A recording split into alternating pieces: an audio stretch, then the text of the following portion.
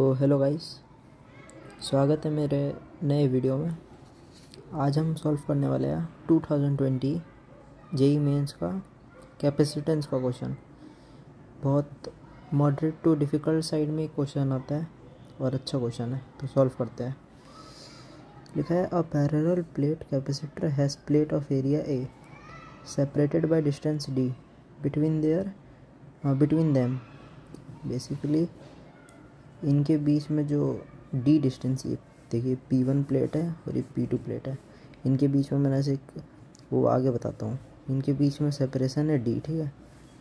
लिख रहा है it is filled with dielectric which has a dielectric constant that varies as K का function दिया है x पे डिपेंडेंट। मतलब यहाँ पे x दूरी पे जाए तो अलग, यहाँ पे फिर x दूरी पे जाए अलग, ऐसा। तो ये दिया है where x is the distance measured from one of the plate. यहाँ से मेज़र कर लेते हैं। a into d is very very smaller than 1। ये आगे काम आएगा, बहुत काम का चीज़ है। The total capacitance of the system will be what. तो ये हमारे टोटल कैपेसिटेंस निकालना है। बेसिकली समझ रहा है, ऐसे है। मैं यहाँ पे कर नहीं रहा, पर यहाँ पे हमने एक x दूरी पे जाके dx टाइप का एक हम लोग प्लेट ले रहे हैं, ठीक है ना। दो प्लेट ले रहे हैं, तो dx थिकनेस का हम एक कैपेसिटेंस, छोटा सा कैपेसिटेंस लेंगे। डीसी कैपेसिटेंस आप बोल दीजिए, मैं तो बोलता हूँ डीसी कैपेसिटेंस। क्या आ जाएगा, एप्सिलॉन ए बाई डी आता है।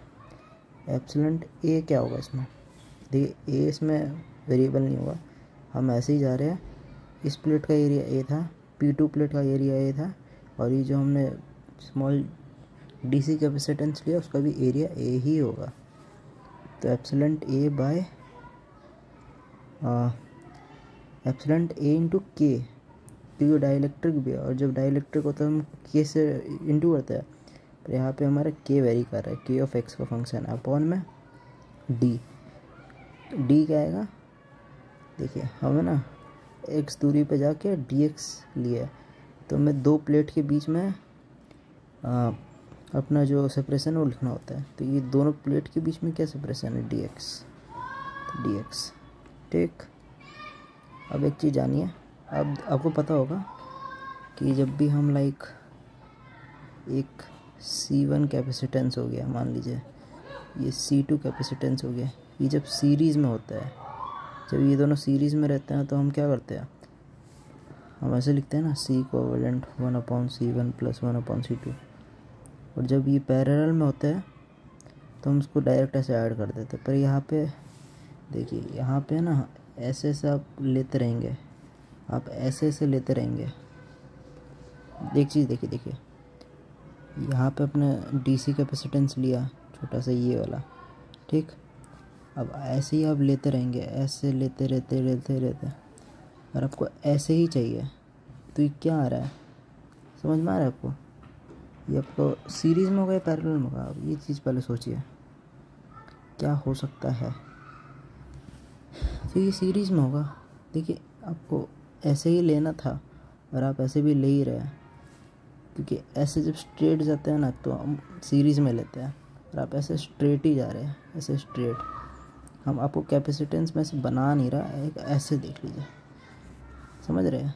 मतलब ऐसा कुछ कैपेसिटेंस था, इसको ऐसे टेढ़ा करके फिगर करिए, ऐसा कुछ था, ठीक है। तो आपको ऐसे ही लेना था और आप ऐसे ही ले रहे हैं। तो ये सीरीज़ में एक ऐसा स्ट्रिप लेंगे, ऐसा दो स्ट्रिप्स लेंगे डीसी कैपेसिटेंस का इसकी तरह, फिर और लेंगे, तो ऐसे चलता रहेगा। तो ये हमें क्या करना होगा ना, यहाँ पे कि जो डीसी कैपेसिटेंस उसको उल्टा करना पड़ेगा, क्योंकि यहाँ पे सी इक्विवेलेंट उल्टा होता है फार्मूला में, तो इसको उल्टा कर दिए, मैं तो बोलता हूँ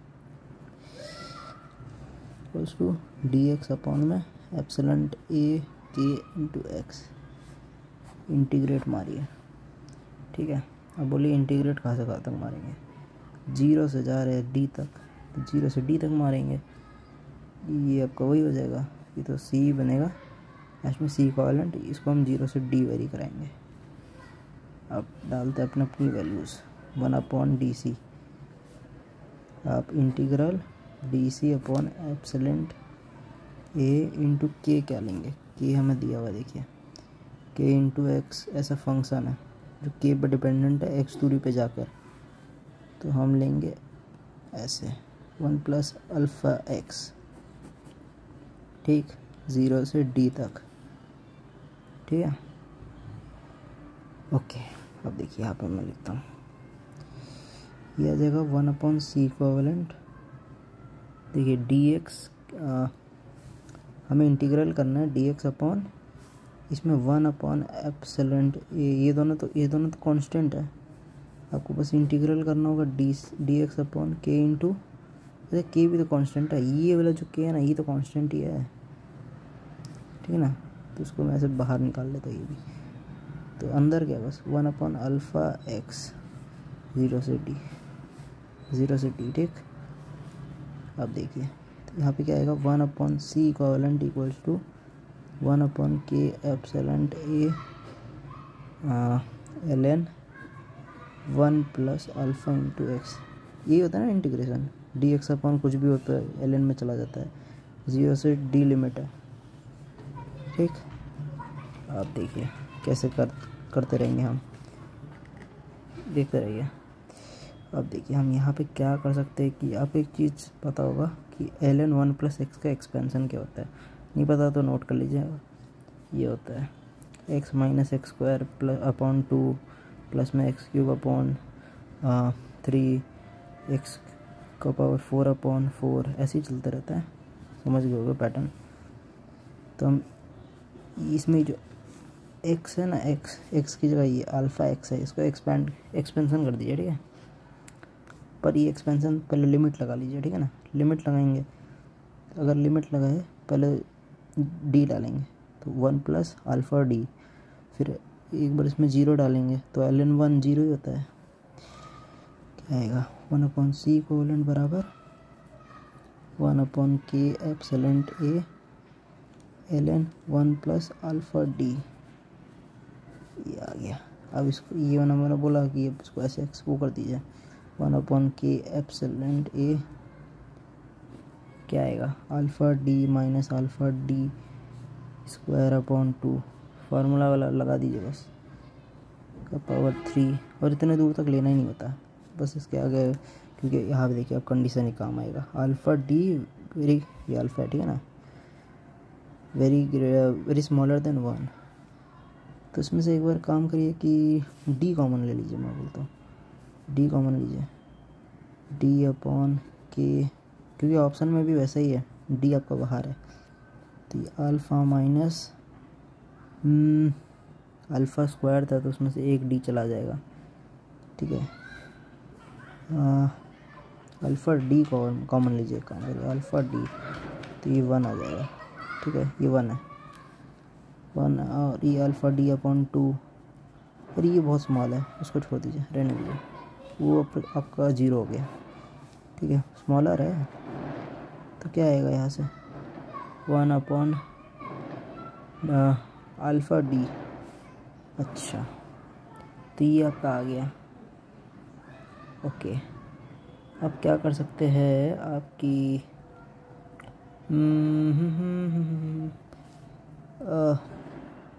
हमने कुछ मिस किया है क्या इसमें, कुछ तो मिस हो गया लग रहा है,